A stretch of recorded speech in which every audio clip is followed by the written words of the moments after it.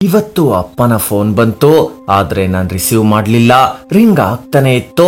Phone ನನ್ನ ಎದುರುಗಡೆ ಇದ್ರೂನು ನಾನ್ phone receive ಮಾಡೋಕಾಗ್ತಿಲ್ಲ. ಅಪ್ಪನ ಮುಂದೆ ಈ ಸೋತ ಮುಖ ಇಟ್ಕೊಂಡು ಹೋಗೋದು ಅದೊಂಥರ ನೋವನ್ನ ಕೊಡುತ್ತೆ. ನನಗ್ ಗೊತ್ತು ಅಪ್ಪ ಹೇಳ್ಬಹುದು, ಇರ್ಲಿ ಬಿಡ್ಮಗು, ಚಿಂತೆ ಮಾಡ್ಬೇಡ ಅಂತ. ಆದ್ರೆ ಧೈರ್ಯ ಸಾಕಾಗ್ಲಿಲ್ಲ. ಫೋನ್ ಎತ್ತಿ ಆ ಮಾತನ್ನ ಕೇಳೋಕೆ. ಪಾಸ್ ಆಗ್ಲಿಲ್ವಾ ಎಕ್ಸಾಮ್ ಅಲ್ಲಿ? ಮನಸ್ಸು ಮುರಿದೋಗುತ್ತೆ, ತುಂಬಾ ನೋವಾಗುತ್ತೆ. ಪ್ರಯತ್ನ ಪಟ್ಟು ಸಕ್ಸಸ್ ನ ಹತ್ರ ಹೋಗಿ ಇನ್ನೇನ್ ಪಾಸ್ ಆಗುತ್ತೆ ಅಂತ ಅಂದ್ಕೊಂಡ್ರು, ಪಾಸ್ ಆಗ್ದಿರ ಇದ್ದಾಗ ಅನ್ಸುತ್ತೆ ಒಂದೇ ಸೆಕೆಂಡ್ ಅಲ್ಲಿ ಅಪ್ಪ ಅಮ್ಮನ ನಂಬಿಕೆನ ಕಳ್ಕೊಳ್ತಿದ್ದೀನೇನೋ ಅಂತ. ಅಕ್ಕ ಅಣ್ಣನಿಗೆ ನನ್ ಮೇಲಿದ್ದ ನಂಬಿಕೆ ಭರವಸೆ ಕಡಿಮೆ ಆಗೋ ಹಾಗೆ ಮಾಡ್ತಿದ್ದೀನೇನೋ ಅನ್ಸುತ್ತೆ. ನನಗ್ ಮಾತ್ರ ಗೊತ್ತು ಈ ಎಕ್ಸಾಮ್ಗೆ ಎಷ್ಟು ಪ್ರಿಪೇರ್ ಆಗಿದ್ದೆ ಅಂತ, ಎಷ್ಟು ಕಷ್ಟಪಟ್ಟೆ ಅಂತ. ಆದ್ರೆ ಎಲ್ಲಿವರೆಗೂ ಎಕ್ಸಾಮ್ ಕ್ಲಿಯರ್ ಆಗಲ್ವೋ ಅಲ್ಲಿವರೆಗೂ ಯಾರ್ ಕೇಳಿಸ್ಕೊಳ್ತಾರೆ ನನ್ ಕಷ್ಟನ?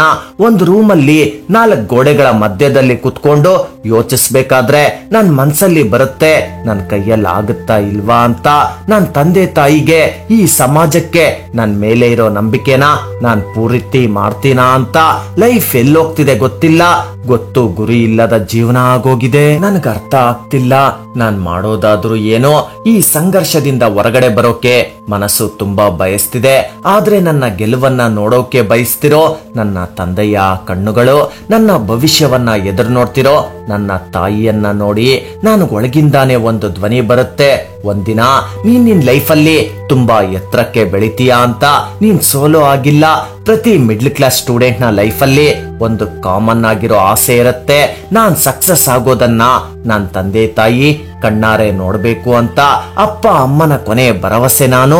ನನ್ನ ಕೊನೆ ಉಸಿರಿರೋವರೆಗೂ ಹೋರಾಡ್ತೀನಿ. ನನ್ನ ಫ್ಯಾಮಿಲಿ ಎಂತದು ಅಂದ್ರೆ, ನನ್ನ ಫ್ಯಾಮಿಲಿಯ ಭವಿಷ್ಯ ನನ್ನ ಓದಿನ ಮೇಲೆ ನಿಂತಿರೋದು.